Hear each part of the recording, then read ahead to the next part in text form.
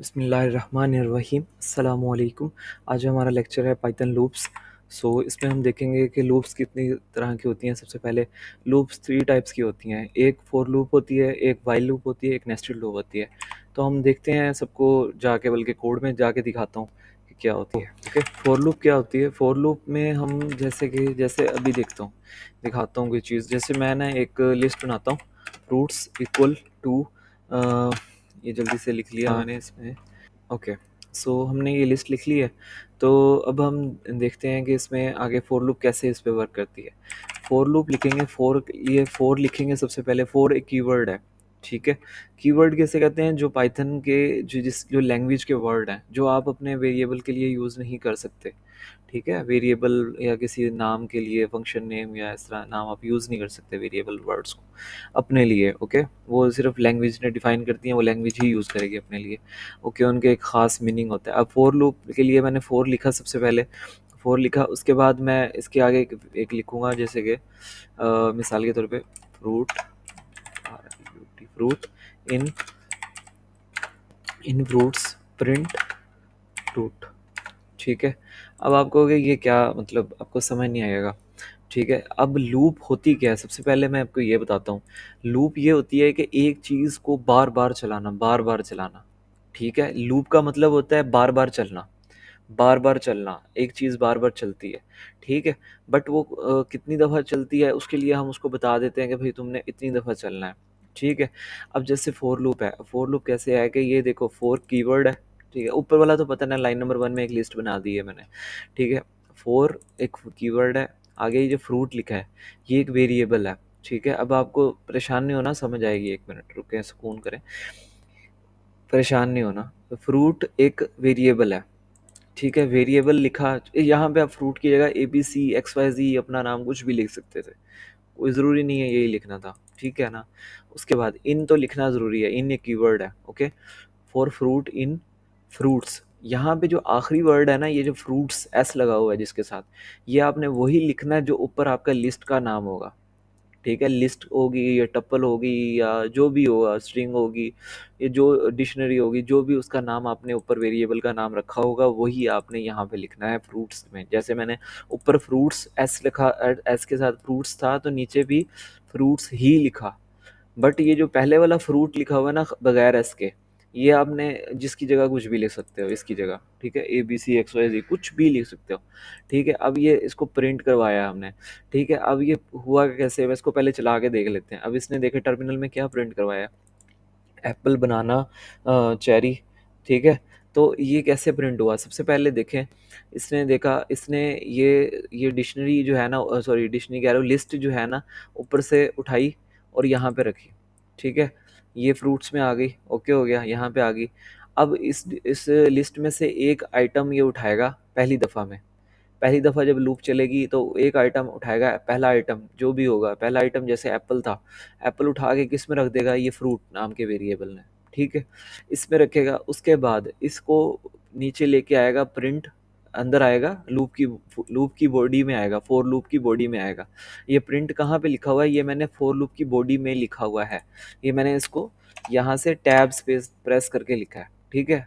अगर ओके, अगर आपको फिर भी समझ ना आए तो आप ऊपर जाएं, तो इसको एंटर प्रेस करें, ये ऑटोमेटिक अपनी आइडेंटिशन कर लेगा। आइडेंटिशन मतलब वो अपने आप अपनी स्पेसिंग जो उसके रिक्वायर होती है वो खुद ब खुद कर लेगा, ओके, इस तरीके से, ठीक है। ये इसकी बॉडी के अंदर मैंने लिखा हुआ है। अगर मैं इसके बराबर लिख देता फॉर लूप के प्रिंट, तो इसकी बॉडी के अंदर ना आता, उसकी बॉडी के बाहर हो जाता, ठीक है ना। तो इस तरीके से प्रिंट उस बॉडी के अंदर ही लिखना है, लूप की बॉडी के अंदर, मतलब जो भी चीज़ हमने काम कर रहे हैं वो लूप की बॉडी के अंदर, अगर हमने रिक्वायर है तो हम लूप के अंदर लिखेंगे, ठीक है। अच्छा, वो मैंने ये बता रहा था कि एप्पल, इसने पहली दफ़ा लूप चली तो एप्पल उठाया, उसने उठा के फ्रूट्स में से एप्पल उठाया और एक ये फ्रूट के अंदर रख दिया, और नीचे आया प्रिंट, और इसने प्रिंट ये फ्रूट नाम में वेरिएबल में जो भी था वो प्रिंट करवा दिया। फिर दूसरी दफ़ा फिर लूप चली, दूसरी दफ़ा लूप चली, दूसरा आइटम उठाया बनाना, उठा के फिर उसने एक फ्रूट नाम के इस वेरिएबल में रख दिया। अब इस वेरिएबल में पहले वाला आइटम रिमूव हो गया, उसकी जगह बनाना आ गया, एप्पल वो ख़त्म हो गया, ठीक है। एप्पल तो उसने प्रिंट करवा दिया ना पहली दफ़ा लूप चल के। अब वो दूसरा आइटम जो बनाना था वो आ गया यहाँ पे फ्रूट में, ठीक है? और फिर वो अंदर आया लूप की बॉडी में और प्रिंट फ्रूट करवा दिया, वो बनाना प्रिंट हो गया, ओके? नीचे प्रिंट हो गया। अब फिर तीसरी दफ़ा लूप चली, फिर वो फ्रूट्स में से एक चेरी उठाया, मतलब तीसरा आइटम उठाया और फिर फ्रूट नाम के वेरिएबल में रखा और फिर वो अंदर बॉडी में आया और उसने फ्रूट वेरिएबल को जो प्रिंट स्टेटमेंट थी वो रन करवा दी। जो भी स्टेटमेंट्स लिखी होंगी वो रन करवा देगा, ठीक है? ज़रूरी नहीं है प्रिंट ही हो, उसकी जगह कुछ भी स्टेटमेंट हो सकती है, ठीक है? अब वो चौथी दफ़ा नहीं चला, क्यों? क्योंकि उसमें आइटम ही 3 थे।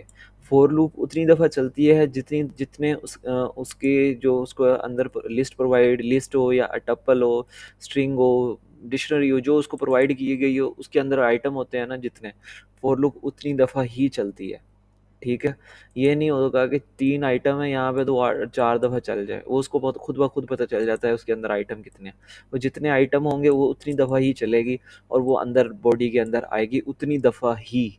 अगर 3 आइटम है तो 3 दफ़ा चलेगी और 3 दफ़ा अंदर बॉडी के आएगी, ठीक है? इसे कहते हैं फॉर लूप, ठीक है? आई होप सो आपको समझ आई होगी, ठीक है? ये 3 दफ़ा फॉर लूप चली है, ओके? एक और एग्ज़ाम्पल देता हूँ फॉर लूप की। तो इस एग्ज़ाम्पल में हम एक डिक्शनरी ले लेते हैं। डिक्शनरी मैं इसको जल्दी से लिख लेता हूँ।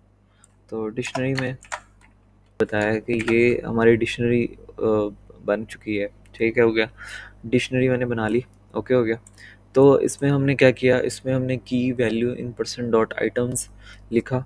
ये क्या था ये मैं दिखा बस समझा देता हूँ। की वैल्यू क्या है? की और वैल्यू एक वेरिएबल है, की भी एक वेरिएबल है, वैल्यू भी एक वेरिएबल है। की जगह आप A B C X Y Z जो मर्जी लिखो, वैल्यू की जगह भी A B C X Y जो मर्जी अपनी मर्जी से लिखो, ठीक है? इन एक कीवर्ड है, फॉर भी एक कीवर्ड है, ओके?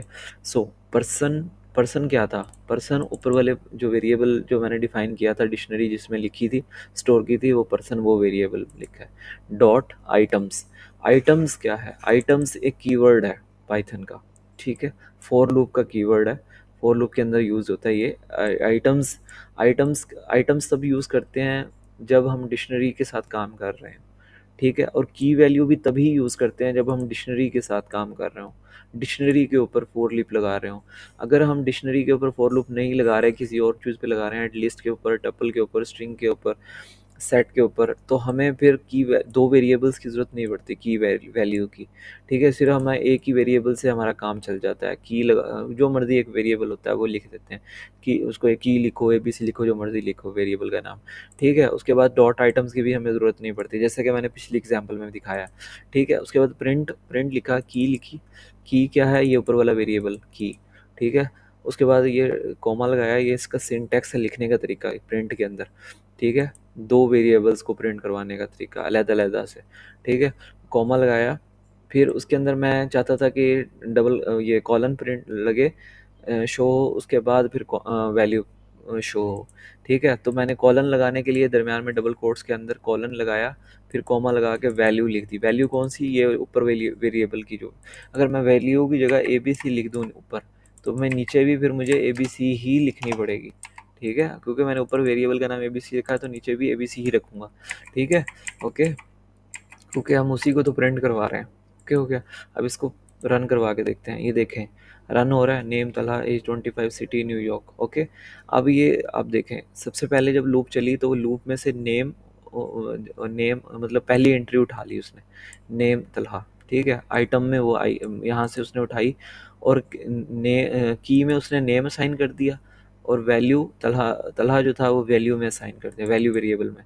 और फिर वो बॉडी के अंदर आया, प्रिंट करवाई की, फिर उसने ये जो मैंने कॉलन लगाया हुआ है ये आया, इस वजह से ये जो नीचे टर्मिनल में कॉलन शो हो रहा है। अगर मैं ये यहाँ से हटा दूँ, हटा भी सकता हूँ, ज़रूरी नहीं है कि ये लिखना लाजमी ही लाजमी है, ठीक है? अब दिखा देता हूँ, ये देखो ऐसे लिखूँगा तो बगैर कॉलन के प्रिंट हो जाएगा, ठीक है? मैंने कॉलन सिर्फ खूबसूरती के लिए लगाया था, अगर बगैर कॉलन के बगैर कॉलन के अगर मैं लगाऊंगा तो अच्छा नहीं लगेगा मुझे ज़्यादा, इसलिए मैंने वैसे ही कॉलन लगा दिया। ओके हो गया। सो वैल्यू उसके आगे लिख दी हमने। वैल्यू जैसे कि वो वैल्यू में वेरिएबल में जो भी चीज़ आई तो वो उसने प्रिंट करवा दी तलहा। अब दूसरी दफ़ा फिर लूप चलेगी। अब उसने एज 25 उठा ली और यहाँ से उठा के फिर उसने एज की में उठा वेरिएबल में रख दी, 25 वैल्यू में रख दिया और फिर उसे प्रिंट अंदर बॉडी के अंदर आया और फिर की और वैल्यू प्रिंट करवा दी। फिर इसी तरह उसने तीसरा न्यूयॉर्क उठाया, न्यूयॉर्क उठा के सिटी उसने की में रख दिया, न्यूयॉर्क उसने वैल्यू में रख दिया और फिर उसने प्रिंट करवा दिया की, उसके बाद कॉलन, उसके बाद वैल्यू में न्यूयॉर्क। ओके, तो इस तरीके से ये चली है लूप। ठीक है, फॉर लूप। और ये सिर्फ उतनी दफ़ा ही चलेगी जितने उसमें आइटम्स होंगे, डिक्शनरी होगी, लिस्ट हो, टपल हो, सेट्स हो, डिस्ट्रिंग हो, जो भी उसके अंदर जितने आइटम्स होंगे उतनी दफ़ा ऑटोमेटिकली ये चलेगी। इससे ज़्यादा नहीं चलेगी, उससे कम नहीं चलेगी। ठीक हो गया, आई होप सो समझ आ रही होगी आपको। उसके बाद हम एक और एग्जांपल देखते हैं कि ऑड नंबर कौन से हैं। सो जो उनसे ऑड नंबर होंगे ना हम वो प्रिंट करवा के देखते हैं। ठीक है, हम सबसे पहले मैं ना टपल लिख लूँ जल्दी से। ओके। सो अभी हमने जैसे कि ये मैंने लिख लिया टपल, माई टपल में ये लिख दिया। ओके, और for value in my tuple मैंने वही फॉर लूप चलाई। इफ़ चेक करेंगे कंडीशन लगा के, इफ़ वैल्यू,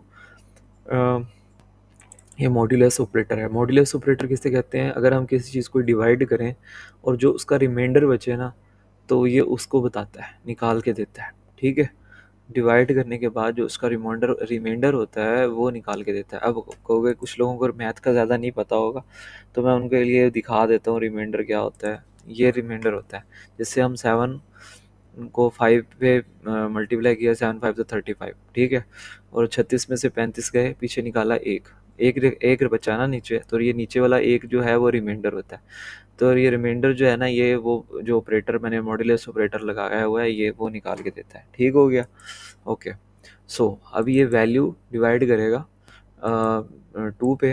अगर वो 0 के इक्वल ना आई तो वो इसका मतलब वो ओड वैल्यू है। ओड वैल्यू किसे कहते हैं और इवन वैल्यूज़ किसे कहते हैं? ताक और जुफ्त उर्दू में सुना होगा। ठीक है, तो ओड वैल्यूज़ वो होती हैं जो 2 पे डिवाइड ना होती हों। इवन वैल्यूज़ वो होती हैं जो 2 पे तकसीम हो जाएँ। ठीक है, जो 2 पे तकसीम हो जाएँ, डिवाइड हो जाएँ, उसे कहते हैं इवन। ठीक है, और जो ना तकसीम हो 2 पे उसे कहते हैं ओड। ठीक है, अब ये 2 पे तकसीम करेगा, अगर वो 0 के इक्वल ना आया बराबर उसका जवाब, तो वो क्या होगा? वो होगी ओड वैल्यू। उसके बाद ये एल्स में एल्स भी हम फॉर लूप के साथ लिख सकते हैं। ठीक है, एल्स हम लिखेंगे तब एल्स तब चलेगा जब सारी फॉर लूप अपना अपनी चक्कर कंप्लीट कर लेगी, अपनी लूप अपनी जो आइट्रेशन कंप्लीट कर लेगी। आइट्रेशन कहते हैं लूप को जो बार बार चलती है। ओके, एल्स तब चलेगा जब सारी लूप अपना ऊपर वाला सारा काम मुकम्मल हो के सारी लूप मुकम्मल चल चुकी होगी टोटली, एक दफ़ा दो दफ़ा जितना भी होगा उसका सिलसिला सारा चल चुका होगा। उसके आखिर में सबसे एंड में एल्स चलेगा और ये प्रिंट स्टेटमेंट प्रिंट करवा देगा। जब सबसे पहले उठा के लाएगा माई टपल में से उठा के वैल्यू में रख देगा 3 को, और फिर लाइन नंबर 3 पे आएगा, वो चेक करेगा इफ़ वैल्यू 3, वैल्यू में क्या था 3, 3 डिवाइडेड बाई 2।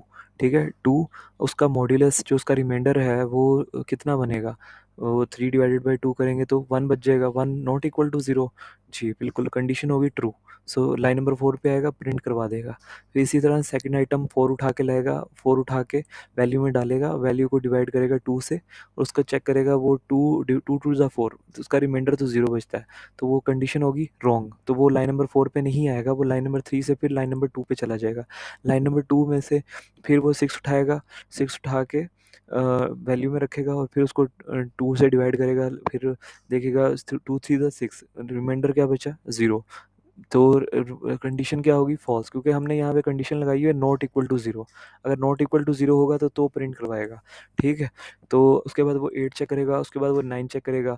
ठीक है, 9 जब वो चेक करेगा तो फिर वो देखेगा कि जब वो रिमाइंडर 2 2 2 4 द 8, तो 1 रिमाइंडर बच जाएगा। ठीक है, तो वो ये नॉट इक्वल टू 0 हो गया, कंडीशन होगी ट्रू होगी तो वो प्रिंट करवा देगा वैल्यू को। वैल्यू कौन सी होगी? 9। ठीक हो गया। इसी तरह वो बाकी सारे आइटम्स को भी करवाएगा। जब सारी लूप मुकम्मल हो जाएगी उसके बाद एल्स चलेगा। एल्स हमारी लूप अगर सक्सेसफुली रन हुई है तो हमें बता देगा, तो फिर एल्स स्टेटमेंट चलेगी। आई होप सो आपको समझ आई होगी। अगर कुछ नहीं समझ में आया तो कमेंट्स में बताएं, और वीडियो लाइक को अगर समझ में आ रही है वीडियो तो लाइक सब्सक्राइब और शेयर करें। और thanks for watching this video. अल्लाह हाफिज़।